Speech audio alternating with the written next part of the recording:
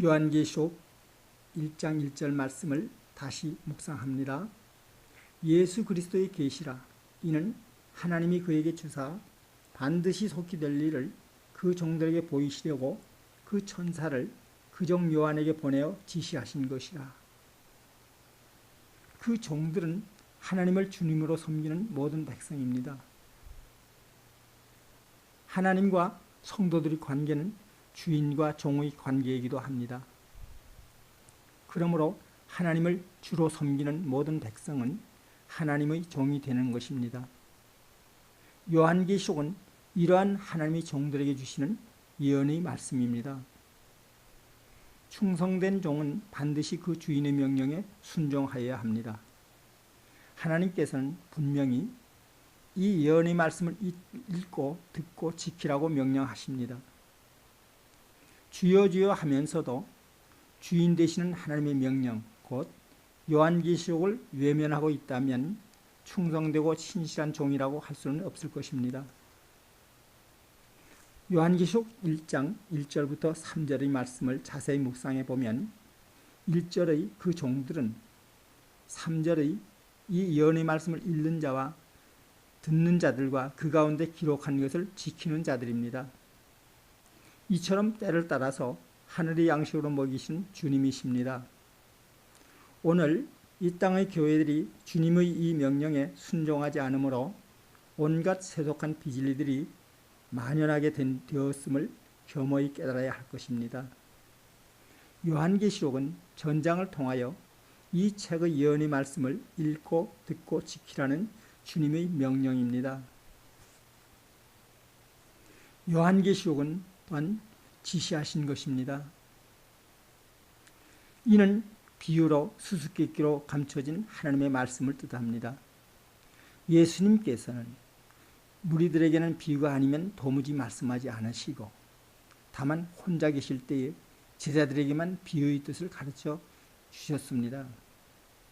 이는 제자된 심정으로 말씀을 사모하는 자들에게만 깨달음을 주시기 위함입니다. 12 제자들이 예수님을 따라다닌 이유도 이와 같이 말씀에 더 가까이 가기 위함일 것입니다. 그러나 이 시대에는 어떠합니까? 비유로 상징으로 기록된 비밀한 예언의 말씀들을 임의대로 문자 그대로 눈에 보이는 대로 해석하고 가르칩니다.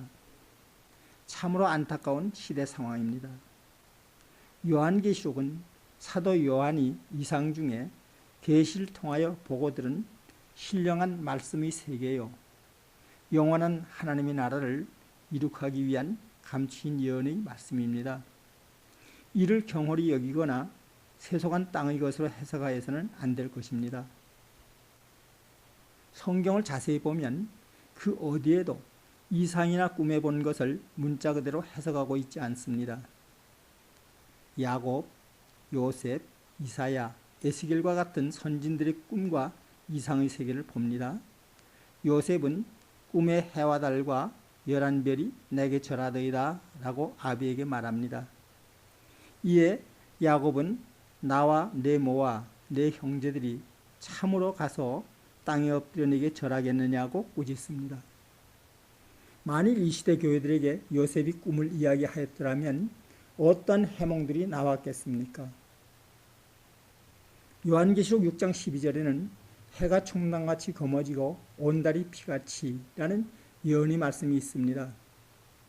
이 시대의 많은 교회들은 이를 지진, 화산 폭발, 핵전쟁, 3차 대전 등으로 가르칩니다.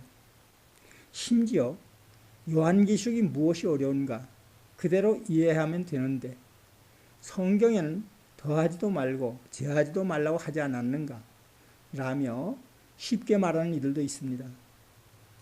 그러나 분명한 것은 성령의 감동으로 쓰여진 글은 같은 성령의 인도하심이라야 온전히 깨달을 수 있다는 사실입니다. 베드로후서 1장 20절, 21절 말씀을 묵상합니다. 먼저 알 것은 경의 모든 예언은 사사로이 풀 것이 아니니 예언은 언제든지 사람의 뜻으로 낸 것이 아니요 오직 성령의 감동하심을 입은 사람들이 하나님께 받아 말한 것임이니라.